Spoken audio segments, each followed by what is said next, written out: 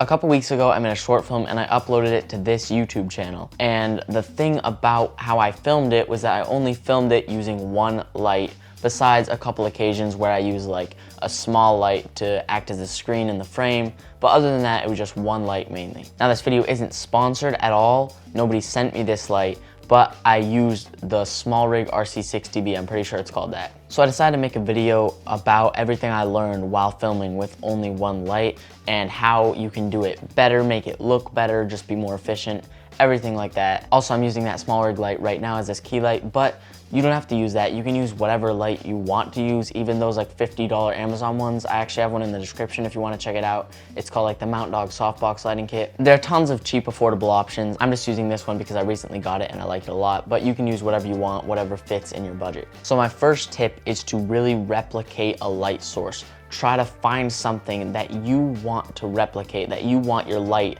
to be seen as in the viewer's eyes, and then just try to make it look like that. For example, in my short film, I had a scene where it was supposed to be like sunset time, like sunset light. So what I was basically trying to do is essentially just trying to make my light replicate the sun. So in that case, what I did is I just put it up on a big stand and I turned it to really warm temperature and just completely blasted it into the room in the direction I was, of course, on the other side of the camera. And I think it came out looking good. It wasn't soft light like most people will tell you to use, but it's not always necessary to use soft light because in some cases, the sun in real life, when it's like sunset, it doesn't look soft all the time. So that's what I did. But if you do want to make the light softer, some of those cheap soft boxes you can get on Amazon have soft boxes in the name. They have that diffuser on the front. But if you're using a light like this and you don't want to spend a ton of money on one of those light domes or those softbox things, then you could just use an umbrella, like a $10 to $20 one on Amazon.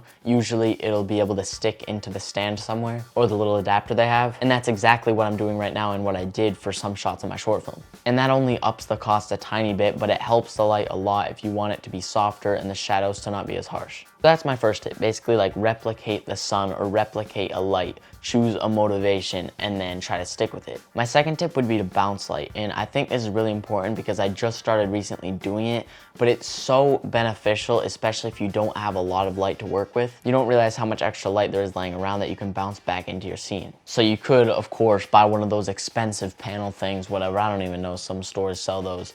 Or you could literally just bounce it off a white wall or really any wall. And if you want to step up from bouncing it off a wall and you also don't want to go too expensive like one of those boards, then you could just get like a reflector kit on Amazon. I'm pretty sure they're only like $30.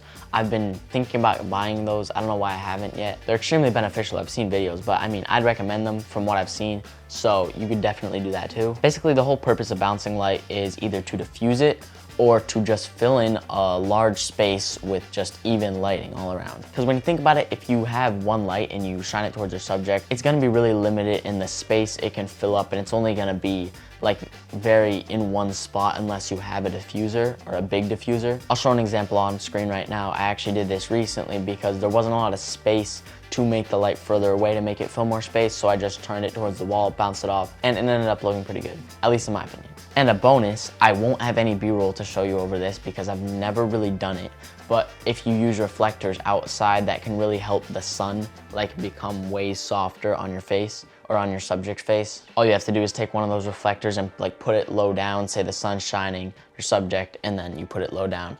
I've heard it works, so I'd also recommend doing that if you have a little bit more budget, or really if you're filming outside and you already have reflectors. That's a great way to use them. My next tip is to choose color temperature wisely. And I don't necessarily mean there's a magic color temperature to be filming at. I mean, know what you want your scene to look like, know what time of day you want it to look like, and then just replicate that with the light. Or not necessarily what time of day it is. Say you're filming completely indoors, then it could be just what kind of lights you want the room to have in your video. So a few weeks ago when I was brainstorming for my short film, I had a bunch of ideas and I didn't really know which one to go with, but I decided that I kind of wanted the short film to follow a three-part process. Number one would be the beginning, and that would be filmed at more of like a daylight temperature. Number two would be the middle, and that was, I guess you could say, the sadder part of the video, and I use my light at a very cool color temperature to film that. And number three was the ending, which I decided to film very warm, like the sunset I was telling you earlier about. That's what I was trying to replicate. So when I say choose color temperature wisely, don't mistake that for choose color temperature right.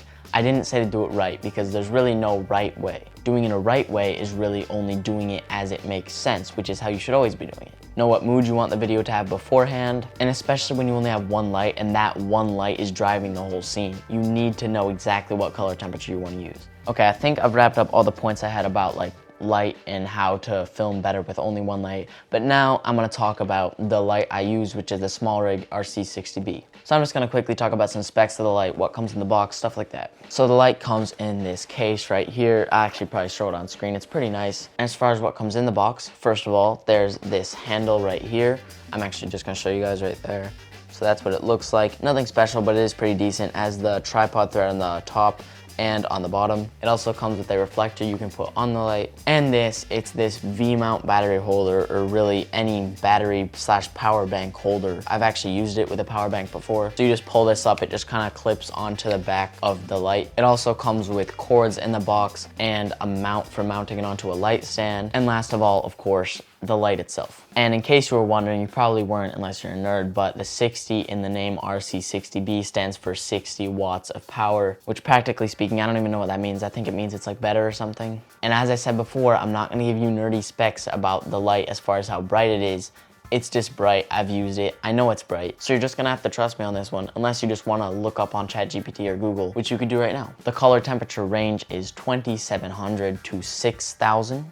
2700 to 6500 Kelvin. 2700 is not the biggest range, but I mean, it is pretty good considering you can go from really cool to really warm. And I think for most people, that's definitely good enough. And finally, for the price, you can find it for like $200 on Amazon, or even less. Sometimes you can find it on sale, which if you do, hey, good for you. I literally just need my tripod, so the whole frame kind of shifted probably a little bit. I hope you learned something from this video. If you want to follow me on Instagram to see more behind the scenes stuff, or just clips of things I've done and pictures, I'll have the link in the description. If you made it all the way to the end of this video, thank you so much, and I'll see you in the next one.